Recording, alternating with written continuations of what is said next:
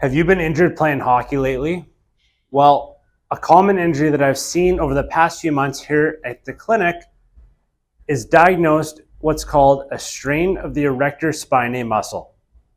What this is that it's a fancy term for a muscle that runs from the base of your neck all the way down through to your low back on both sides of your spine. What's been most common in hockey players, however, is in the thoracic spine region or the mid-back region that this muscle becomes ticked off and painful. How we can figure this out is a few different ways. First off, we begin with the conversation when the patient comes in the door at the clinic.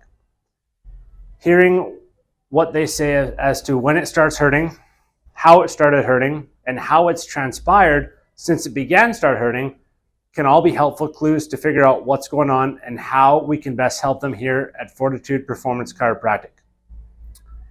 Hockey players in general have a very C-based posture or have what's called as upper crossed syndrome very commonly, just based on the anatomy of their sport and the position that they tend to be in for a long period of time, especially as they grow through childhood into their junior and professional careers.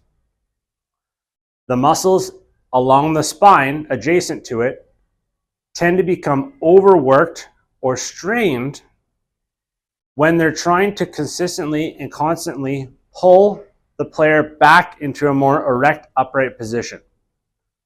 When someone then loads their spine in the gym with weight into that flex position that they become very well and very good at, this muscle has to work even harder. Now, let's say we mix in a tournament and they start playing more games in a very short period of time on top of their practicing and training, then these muscles just tend to become ticked off and painful through more repetition.